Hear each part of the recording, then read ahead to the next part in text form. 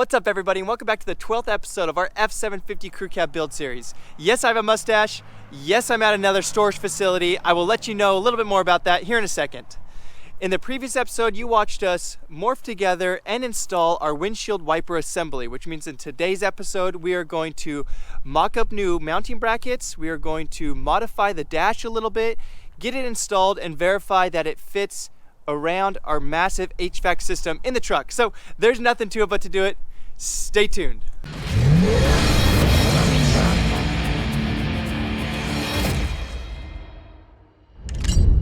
I have no idea why I have a mustache. I'm just lazy and didn't shave it off, but I do know why I'm here at this storage facility. This is my 1996 Ford Bronco. It is an Eddie Bauer edition. I don't care about that because this will be repainted anyways. This is going to be our next truck that we're going to build, another build series.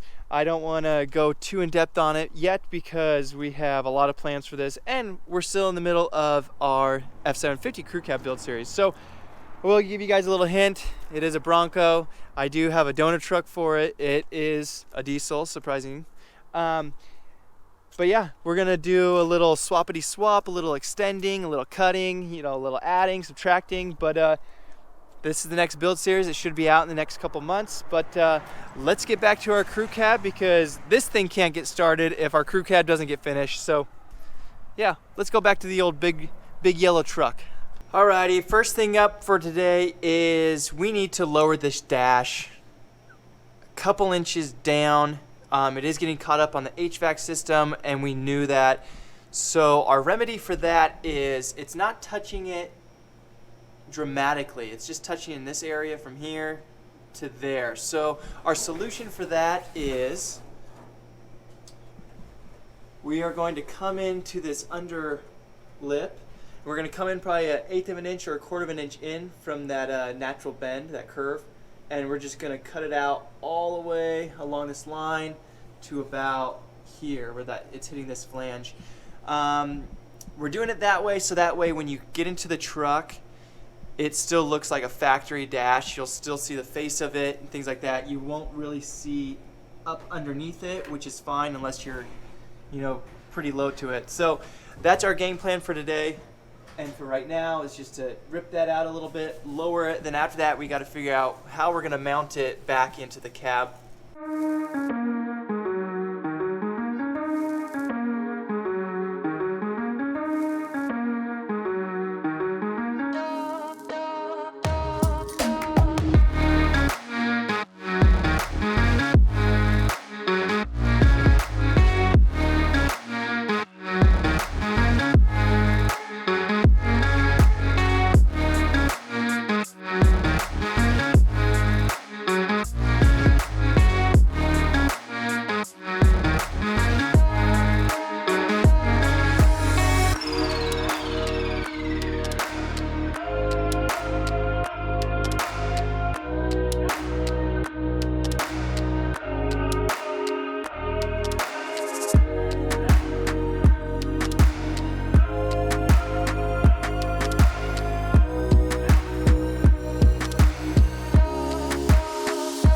Well, we got it cut out. Didn't take too long. I did overcut right there a little bit. Beginner mistake. But yeah, just notched out here. Came on down and this is how it looks for now. We'll go toss it back into the truck right now, see how it works with the HVAC system, see if I need to cut it out anymore. I did go over a couple inches extra from where the HVAC system sits, just because you're not really going to see it, so might as well cut a little bit extra just in case when it falls down it might hit lower in the HVAC system. So that's why I did that. This I wanted to keep it pretty tight to it just because there's a lot that goes on over here with the gauge and all the dash components. So we're going to toss it back into the truck right now, see how it fits. We'll let you guys know how it goes.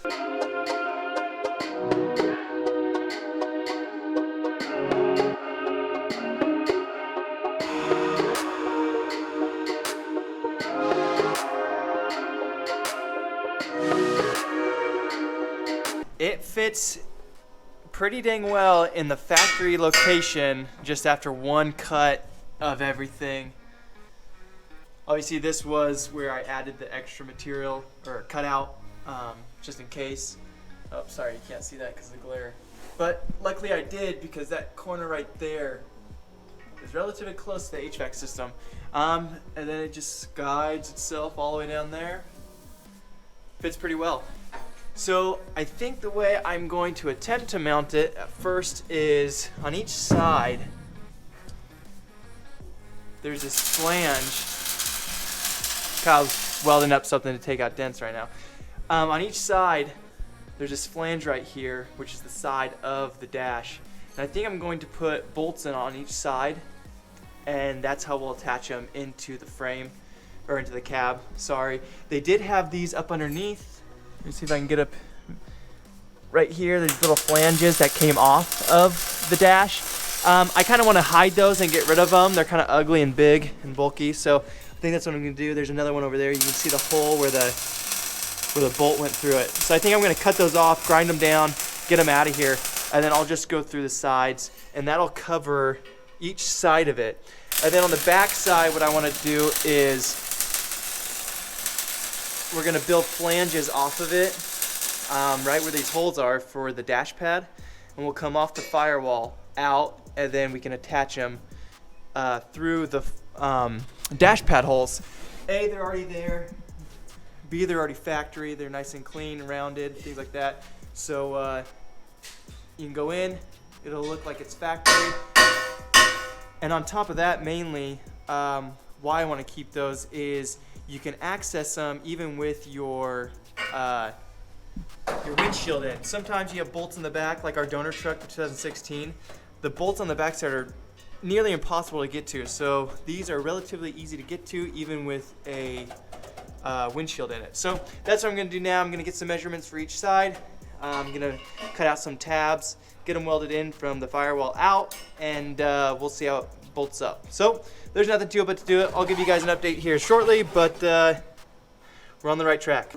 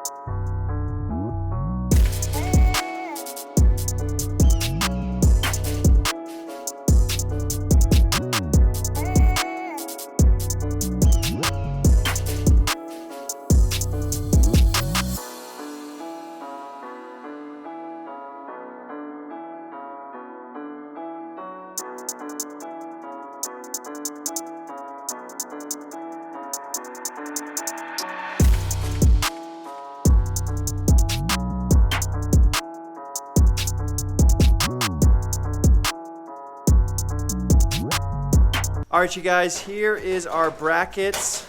They're 2 inches by 5 inches. And essentially how they're gonna work is I'm going to weld them to the firewall.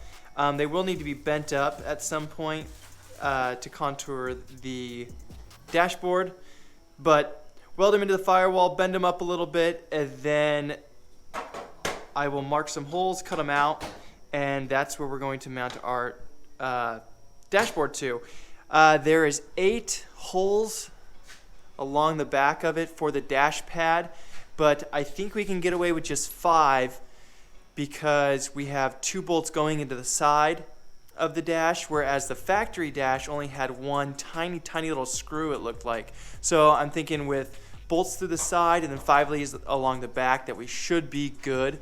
If I have to make 3 more and add them, then so be it, but I'm going to try to work with 3 first. So I'm going to go to the firewall, put them in there, bend them up, mark them so I can pre-drill them, and I will give you guys an update here shortly.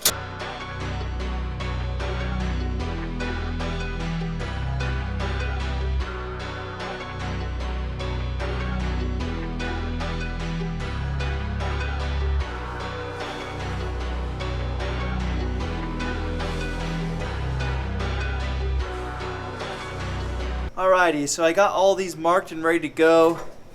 I put a slight bend to them so that way they can, let me see if I can show you guys. Essentially it's going to go up to the firewall like that. I'll make another bend for it to bend up, and that's where it's going to end its life. We'll weld into the firewall on each side of the bracket, bend it up, and then on the top, I should have probably made these longer to where they were the whole width, but that's okay. I'll still be able to drill a hole out right there and be able to put a bolt through it. Or what I might do is, the dash pad had bolts attached to the underside, so it just sat on there so you can't see the top of it. I might weld some bolts in there, grind the tops off so that way you can't see it and it's all flush, so once it's painted it doesn't look like it's there. I don't know yet. But for the sake of getting this completely in, I do know I want to go with these brackets. It's probably just going to be the best way and the easiest way to be able to get the dash exactly where we want it, and be able to have it removable. We are going to have the seam where we cut. I don't know exactly what we'll do with that. I might just put some silicone, or as dumb as it sounds, maybe some like body filler. Smooth it out, sand it down so that way when it's all painted it looks continuous, and then God forbid we have to remove the dash, we'll just cut it off along that whole seam and be able to pull it out. The only downfall is when you put the dash back in, you'll have a seam there, so I don't know what we'll do with that yet, but that's an issue for another day. Right now I just need to get these drilled out, get them back up there, mock them up, see if they fit, and hopefully be able to weld them in.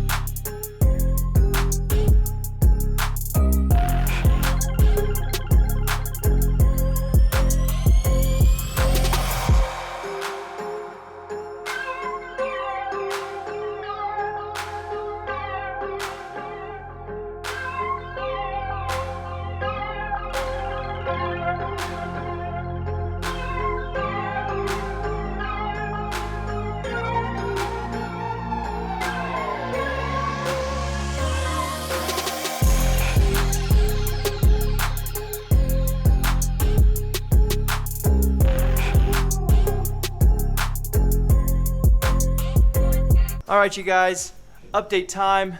The dash brackets have been made. They are mounted here. There's a couple down there. Right now, what we need to do is we actually need to remove the dash and then remove the HVAC system, get it out of the way, put the dashboard back in, fasten it completely in into its kind of final resting place for the time being. And yeah, that's pretty much all she wrote.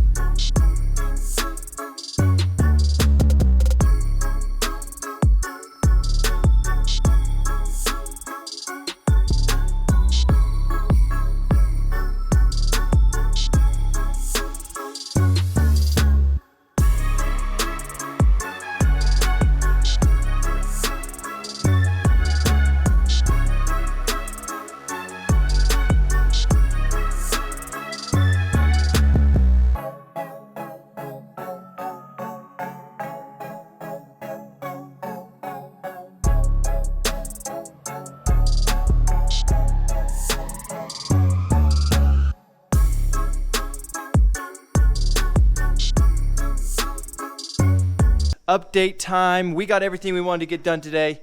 We got the dash mounted back in. We got the windshield wiper assembly swapped over from our donor truck, our 16 SuperDuty, and we have it operating with the arms of our F750 CrewCab. So yeah, that's pretty much it. Now I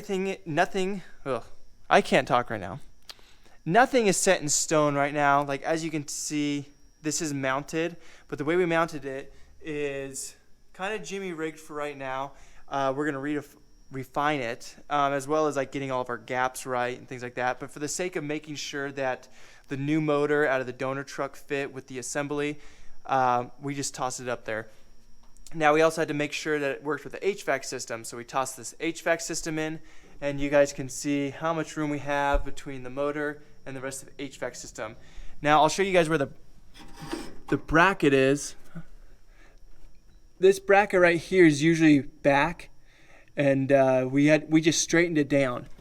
And by straightening it down, it gives us plenty of space. We're able to tuck up to the firewall really well. We are going to have to figure out how to mount this bottom, because we do need that last mounting bracket for support. But for the sake of getting everything in place, getting it done, and start tossing in a wiring harness, we're good to go. We can kind of move forward. When we tear everything apart, that's when we'll do one final fitment. We'll do one final assembly, figure out where exactly everything needs to go, and set it in place.